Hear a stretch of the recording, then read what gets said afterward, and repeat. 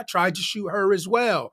All out of anger, all out of not thinking, all because we was doing the devil's business, right? We playing in the devil's playground. And guess what would have happened if I would have shot him or her or both of them? Then when I would have finally came down from my anger and been sitting in jail, then I would have been regretting it and trying to wonder why I did that. But guess what? God showed me mercy and grace, just like he showed him and that young lady mercy and grace. Like sometimes we don't realize how much God watches over us and how much he has done for us, even when we wasn't saved, for those of us that are saved. And even when we look at this particular story, there's so much more to this story than just what we saw. Because when I first initially saw the story, I believe I saw it on TikTok, people were clowning like, oh, that's bad acting, they could have got better actors than that. I guess they thought it was a fake story or that, it was some type of skit. But if you look at the body language and you hear how people talking and their reaction in their faces, I immediately didn't think it was an act or some type of skit, right? But this was the type of things that people were saying.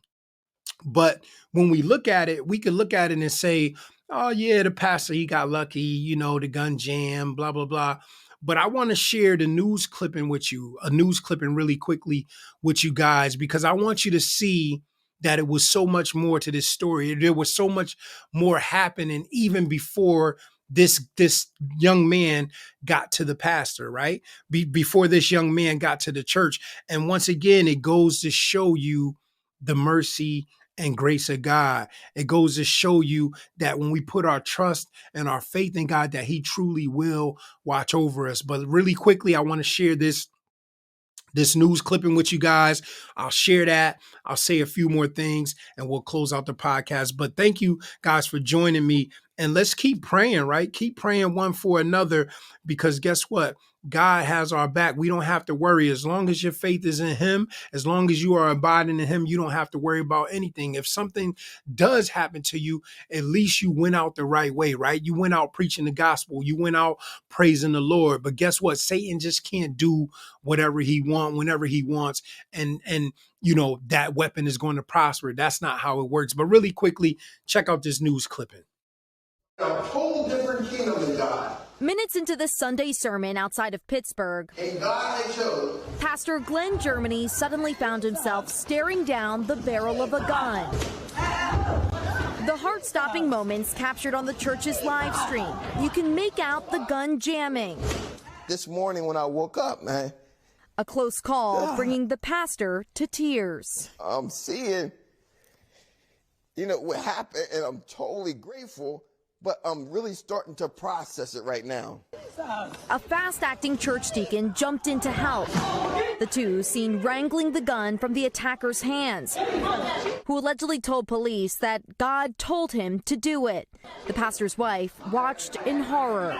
You ask yourself, is this really happening? 26-year-old Bernard Polite, who told authorities he didn't know the pastor, has been charged with attempted homicide, aggravated assault, and reckless endangerment. Just hours after the incident at the church, Polite's family made a grisly discovery less than a mile away at his home. His older cousin, Derek Polite, had been fatally shot. No charges have been filed in that investigation yet, but Germany says it makes his narrow escape all the more surreal. This is not less than a miracle, because I truly see that gun being pointed at me. A relative tells me the suspect has a history of mental illness, but the family is shocked by Sunday's violence. It's unclear if he has an attorney. Now, do you guys see what I'm saying? Crazy. Think about all of the things that happened prior to him getting to the church. Now all of these people are in the comments talking about it's a skit, bad acting, somebody talking about maybe he was lucky, this and that. But we see they found a dead body, his cousin's body, in his house, who had died from gunshot wounds. Now, they say they haven't charged him yet. I guess there's an investigation going on. But the fact that his cousin is dead in his house, when you put two and two together, more than likely it's him that killed him, right? But we see, once again, the mercy and grace of God, because here he comes to the church tries to shoot the pastor, and the gun jams. Like, this is nothing but the mercy of God. But something I saw in the video that, maybe some of us didn't catch. When you look at this video, for him to come in there and try to shoot them, they restrained them, they grabbed them. But if we be honest, and I've seen this in the comments, so I know, and I know human nature, whether you saved or not, for somebody to come in and try to attempt to take your life or the pastor's life or whoever, some people would have beat my man down, right? Some people would have hurt him real bad. I even saw in the comments where people said, listen, there's no way he should have got off that easy, even in the church. Like, they should have gave him a beating. And guess what? That would have been some people's mindset. Like, man, you just tried to come in here and kill us. We gonna hurt you. But something else was happening. Like, God was in the place.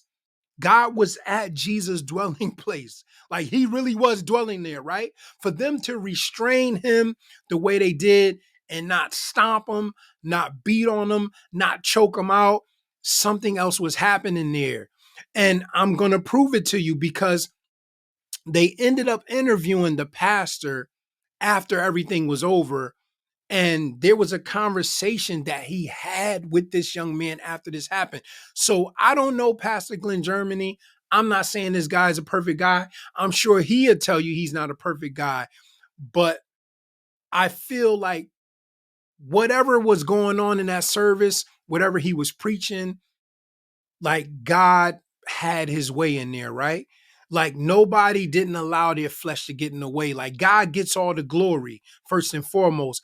But the way that they handled it and the way that they moved by the Spirit of God, I thought was a very beautiful thing. Am I saying that if somebody hit them a couple of times, they would have been wrong, so on and so forth? I'm not saying that. But just the fact of how everything played out, I feel like God's glory was revealed at a super high level. But listen to what Pastor Glenn told the reporter that interviewed him from CNN. He says he didn't really put up a fight. So once McAllister, which is the deacon, wrangled the gun away, the pastor was able to restrain the suspect by himself.